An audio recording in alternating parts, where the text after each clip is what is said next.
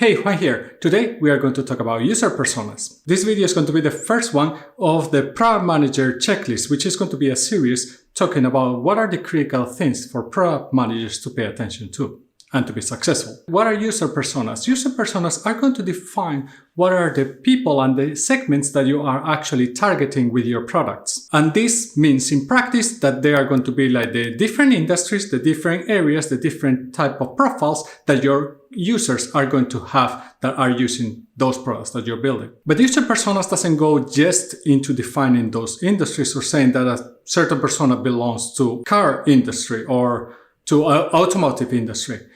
It actually wants to go deeper and wants to look into how this person behaves and what are their interests and what are their worries or concerns, and define a proper profile of a persona that you can then use to when you are thinking about how to communicate with these different people. So when you focus in your product and your product development and your product planning, you will have to pay attention to these user personas that you are serving. Who are they? What are their worries, and how are they going to be benefiting from the developments that you are doing? Once you understand the personas properly, once you have defined them properly, then it's much easier to understand what is the value that you are going to bring them as users with your products. It's going to be very important that you make sure that you focus on a few, especially when you're starting your product. If you're starting from the scratch, you better focus on a few personas, maybe only just two of them or one. And make sure that what you're building is actually valuable for them. Yes, there's going to be other personas that potentially could benefit from your product. But at this point, you have to focus on just that persona and make sure that you serve them as best as possible. Remember, there's MVP that you always should build the minimum viable product. This means also when it comes to the user personas. Other personas potentially can use your products, and that's okay. You shouldn't prevent them to use your product, but they're not going to be part of the primary focus or target audience. In the future, when you grow, when you have more resources, when you are actually have taken over certain markets that are built around certain user personas, then you can think into expanding and making sure that you can build those solutions or those products also to serve those different personas. And what do I mean exactly by these different user personas that might be working closely, but they are not exactly the same? Well, think about a tech company. In a tech company, you might be building solutions for software engineers. Your solution might be something that a data engineer could be using or a data scientist, but your main focus is actually on serving those software engineers, at least in the very beginning. On the long term, you might be able to expand and actually to serve better those data engineers, data scientists, product managers, whatnot.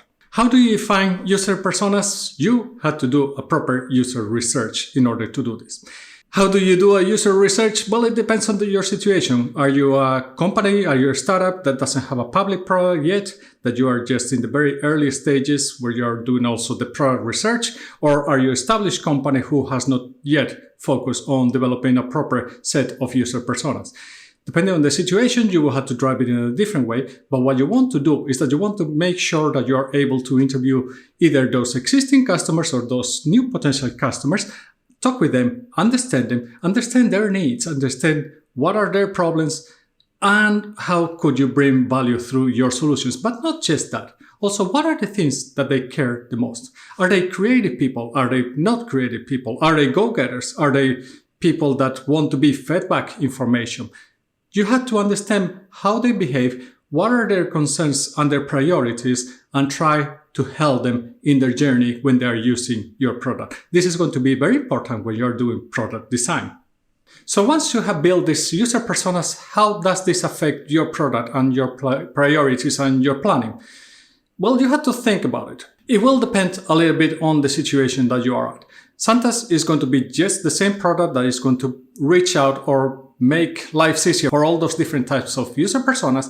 And in some other cases might be that those different user personas are going to see your product in a different way. It might be that they are sharing components in the backend, in the engine that is operating everything, but the way that it's exposed to them through different UI components, through different user experiences, is going to be potentially different for those different user personas. Trying to target them much more consciously and making sure that you are addressing the ways of working that they need. This example, for example, when When I was talking, for example, earlier about working with the software engineers or targeting your user personas first to some type of software engineers or later on to data scientists or data engineers or even product managers, their needs are going to be very different. And potentially they don't want to see the same things, or at least not in the same way. They might want to see the same things, but not exactly with the same type of information.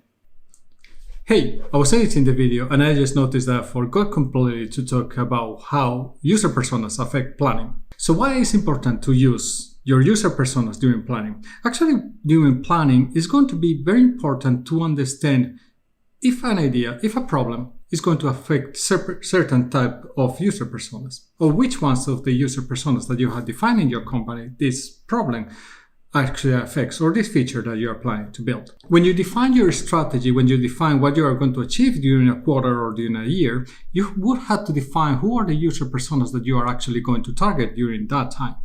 Being able then to identify those user personas tied into a specific problem is going to help you a lot when you are actually making sure that this problem is affecting this type of personas. You can use that for validating with the data that you have available, or you can use it if you don't have enough data to make an educated decision that, hey, this idea that we're planning to build is only going to affect to a certain type of user persona. But if this user persona is a small one compared to most of your user base, then it's probably something that you have to be quite critical of and see if you want to actually address that problem if it's only affecting a small part of your user base. So this is how you can use them, user personas, for your planning and for your prioritization. How do ideas that I have in my roadmap compare with each other? How many of the user personas that I had defined for my product does this feature actually affect? And usually, you also have to tie this into what is the actual impact that you are causing or that you are creating for your business, meaning how many users are you going to gain from building this kind of a feature? How much revenue are you going to create? How much traction for your product are you going to drive if you build a feature for a specific type of user persona? So this is how you can use then user personas when you're planning or prioritizing. But now we go back to the video. So where are you with your user personas? Do you have them properly defined? Do you understand them well? Do you know what are their worries? What are their priorities? What are the things that they enjoy? Have you described them properly? Do you focus on some certain set or subset of user personas instead of trying to build a product that can't do it all for everybody? Let me know in the comments below. If you enjoyed the video, please give it a like. It helps a lot the channel, and I will see you in the next one. Remember, stay safe.